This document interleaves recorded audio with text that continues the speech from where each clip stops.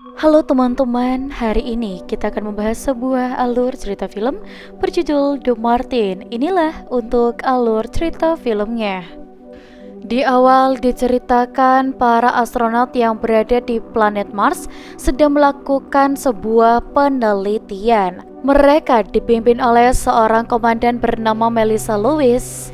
Mereka membagi tugas masing-masing dan di sini Lewis yang mengumpulkan beberapa sampel tanah, kemudian dia yang merupakan lulusan terbaik di sebuah sekolah bandara bertugas sebagai pilot mencari pesawat untuk mencegah sesuatu yang tidak diinginkan. Johansson yang bertugas sebagai ahli komputer menangkap sesuatu yang ternyata badai berdiameter 1002 km menuju ke mereka. Para kru pun mencoba untuk menghadapinya.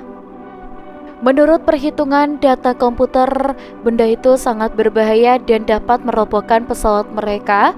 Dan karena hal itu, Kapten Lewis mengambil keputusan untuk meninggalkan planet Mars. Karena jarak antara camp dan pesawat yang lumayan jauh, mereka sangat kesulitan menghindari badai itu, dan badai yang sangat dahsyat mulai melemparkan puing-puing yang mengarah mereka. Dan dia yang berada di paling belakang kemudian terlempar sangat jauh. Mereka berkomunikasi dengannya, tapi sama sekali tidak ada tanggung jawabnya. Dan di sini yang berada dengan para kru yang lain untuk mencoba masuk ke dalam pesawat, dan dia sendiri yang akan mencari Mark. Flashback di sini kita bisa lihat bahwa ada Chris Beck dan mengatakan bahwa dia telah mati. Dan dengan sangat berat hati, Lewis pun memutuskan untuk menghentikan pencarian Mark karena pesawat yang mereka naiki sebentar lagi akan roboh oleh badai itu. Dan akhirnya pesawat pun meluncur meninggalkan Mars. Dan satu hal yang tidak terduga terjadi di antara puing-puing itu. Ternyata Mark masih hidup dan tetap bertahan meski ada sesuatu yang tertancap di perutnya. Dia pun berusaha untuk pergi ke camp dan mengobati luka itu dengan peralatan yang ada. Mark yang sendirian berinisiatif untuk merekam segala aktivitasnya agar jika nanti mati, videonya bisa ditemukan kru NASA. Dia pun sadar jika dia tidak bisa berkomunikasi karena antero utama telah patah, dan itulah benda yang sudah merobek perutnya. Dan Mark berpikir bagaimana cara untuk bisa bertahan di sana sampai bantuan datang karena stok makanan yang ada hanya cukup untuk 13 bulan. NASA biasanya kembali dalam kurun waktu 4 tahun lamanya. Itu berarti dia harus berpikir bagaimana caranya menambah stok makanan untuk 3 tahun. Dan kemudian dia berniat untuk melakukan sebuah hal yang sangat hebat, membuat kebun kentang dan berkebun di Mars, karena faktanya dia adalah seorang ahli botani. Botani adalah ilmu yang mempelajari tumbuh-tumbuhan, alga, dan jamur. Dengan begitu, dia sangat disiplin dengan ilmu biologis dan pertumbuhan dan perkembangan bereaksi dengan komponen biotik dan antibiotik. Jadi intinya Mark akan melumpuhkan kentang di tanah Mars untuk pertama kalinya. Dan keren sekali. Langkah pertama yang dilakukan Mark yaitu menata tanah yang cukup luas. Kemudian dia mengumpulkan kotoran dari kru yang berada dalam pembuangan untuk membuat pupuk. Tanah itu sangat kering, tapi Mark menemukan solusi agar tanah itu tetap basah. Dia membuat uap yang dihasilkan oleh hidrogen, oksigen, dan sedikit api serta hidrosil agar air cadangan tidak akan terbuang dengan percuma. Tapi ternyata si tengkorak Mark tidak memperhitungkan oksigen yang dihembuskan hingga ruangan itu meledak, dan dia kembali membuat percobaan yang kedua. Dan di sini dia juga menggunakan helm dan percobaan pun berhasil. Tanah Mars yang semula kering sekarang jadi basah karena uap yang dihasilkan oleh hidrogen itu. Dan singkat cerita, di sini tunas baru muncul menandakan bahwa Mark adalah orang yang sangat ahli. Dan Intinya di sini dia berhasil. Sementara itu, Teddy Sanders yang menjadi direktur NASA memberitahukan bahwa ekspedisi pengambilan sampel tanah di Mars dibatalkan karena badai yang melanda tempat itu dan Mark dinyatakan tidak bisa diselamatkan. Dan di pusat luar angkasa, di sini Vincent kabur dari ekspedisi untuk meminta Pak Teddy untuk mengambil jasad Mark agar masyarakat tahu bahwa dia betul-betul telah meninggal. Tapi Pak Teddy tidak menyetujuinya karena dia tidak mau menghamburkan uang demi satu orang. Dan ini benar-benar gila banget. Malam harinya di pusat kontrol NASA, di sini Mindy Park yang mendapatkan pesan dari Vincent kabur. Dia mengirimkan koordinat tempat Mark berada. Dia tercengang melihat perbedaan 1 bulan ke belakang. Kemudian dia menghubungi Vincent dan yang menjabat direktur dengan media. Di sana Teddy yang melihat perbedaan 1 bulan terakhir seakan-akan tidak percaya bahwa Mark masih hidup dan dia tidak ingin krunya mengetahuinya dan fokus ke bumi. Tapi saat itu Vincent tidak setuju karena mereka merasa sangat bersalah karena meninggalkan dia masih hidup.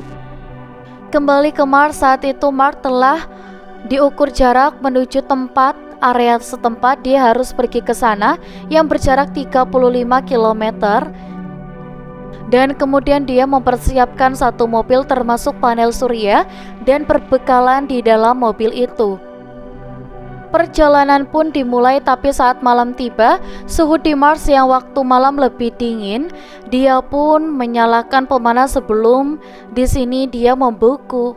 Siangnya Mark mencari plutonium yang terkubur dalam tanah Mars dan membawa bahan itu ke dalam mobil agar suhu dalam mobil itu tidak sedingin malam tadi dan bisa menghemat baterai sampai ke tujuan. Tapi dia juga harus berhati-hati karena bahan itu bisa meledak dan menghancurkannya. Sebelum Mark sampai ke tempat peluncuran, di sini dia sempat mencari sesuatu yang terkubur di dalam tanah. Ternyata dia mencari alat yang bernama Pathfinder, sejenis alat komunikasi yang bersiap dan bisa mengirim foto dari Mars ke bumi atau sebaliknya. Vincent yang sudah tahu maksud dari Mark langsung menghubunginya sampai dia mempunyai alat yang sama dan dia pun segera menyalakan alat itu. Dan tiba-tiba Mark yang saat itu menunggu jawaban akhirnya terkoneksi dengan Vincent yang ada di bumi. Malamnya Mark berpikir untuk bisa berkomunikasi dan mengirimkan pesan kepada Vincent di bumi berupa huruf alfabet dengan bantuan heksadesimal. Heksadesimal adalah sistem bilangan yang menggunakan 16 simbol dengan urutan angka 0 sampai ke 9 dan dari A sampai F, artinya mereka bisa berkomunikasi dengan bilangan heksa. Paginya dia membuat lingkaran seperti pola yang tergambar di laptop Johansson dan Vincent yang sigap mengirimkan pesan ke Mark menanyakan kabarnya. Kemudian di sini dia meretas sistemnya dan agar dia bisa menguasai semuanya dan mereka bisa berhubungan secara langsung. Dan akhirnya mereka bisa berkomunikasi satu sama lain. Dan Mark kecewa karena dia tidak memberitahu clue-nya dan dia selamat dari badai itu. Sementara itu di pesawat antariksa bernama Hermes, krunya Mark yang menuju ke bumi berkumpul untuk melihat video yang dikirim oleh NASA. Niche di sini memberitakan kalau Mark masih hidup dan sudah ada 2 bulan lamanya. Louis yang saat itu menjadi komandan sangat bersalah karena telah meninggalkannya. Kabar baiknya, kebun milik Mark tumbuh dengan subur yang menandakan bahwa dia bisa bertahan hidup selama 4 tahun dengan cadangan makanan yang tidak terhingga. Dia bangga menjadi satu-satunya orang yang bisa menanam kentang di tanah Mars. Dan hingga suatu ketika Mark pergi keluar camp dengan tujuan membereskan alat-alat. Dan saat Mark kembali masuk, tiba-tiba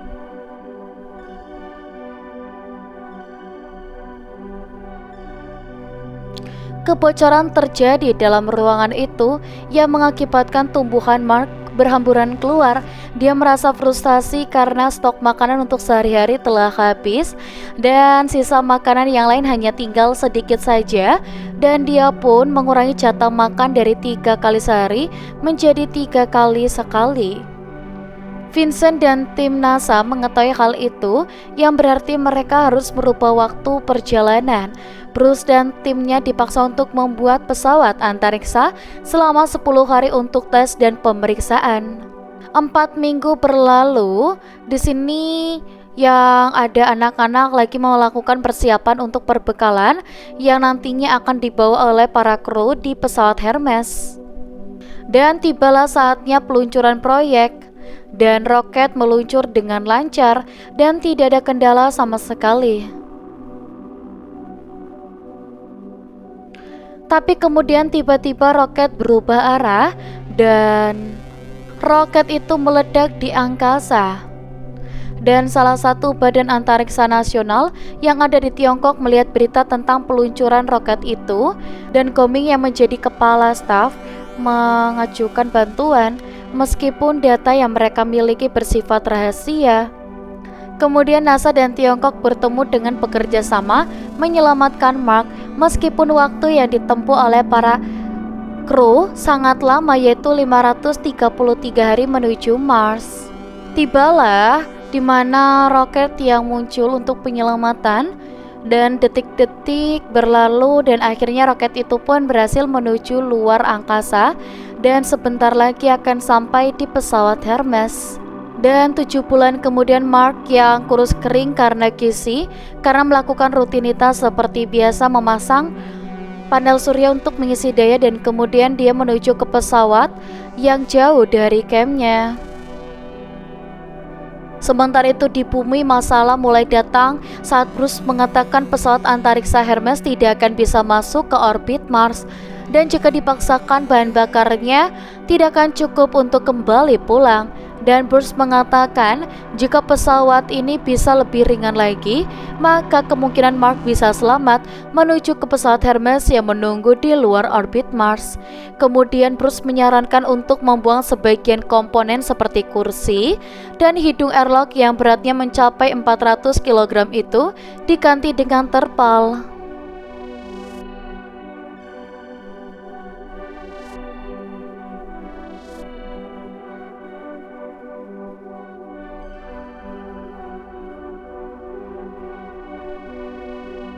Mark yang telah sampai di tempat tersebut menjalankan apa yang diperintahkan oleh Bruce. Setelah semua beres, dia pun pergi ke mobil untuk makan dan mencukur kumis jenggotnya untuk terakhir kalinya di Mars. Mark telah bersiap untuk lepas landas dan komunikasi dengan komandannya. Mark berpesan kepada Martinez yang mengatur arah pesawatnya agar tidak melenceng jauh ke pesawat Hermes, dan pesawat pun mulai meluncur.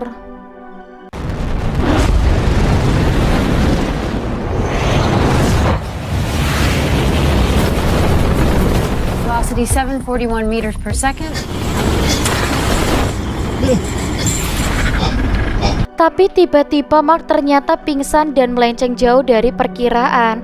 Louis kemudian turun tangan untuk menyelamatkannya. Akhirnya Mark sadar dan terombang-ambing di orbit Mars.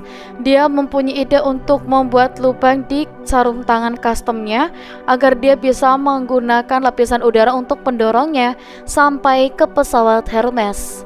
Louis menyuruh Vogel untuk membuat bom sederhana, tujuannya untuk memperlambat kecepatan pesawat Hermes dan dia bisa keluar dari pesawat untuk mengejar Mark. Akhirnya pesawat Hermes berhasil mengurangi kecepatannya.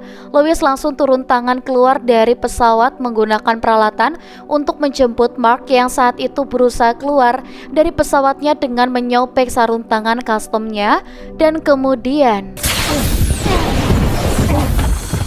I can't get to you, Mark. You're too far.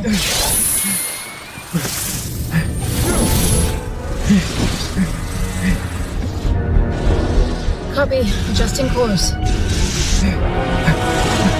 6 meters. Johansson, what's my record?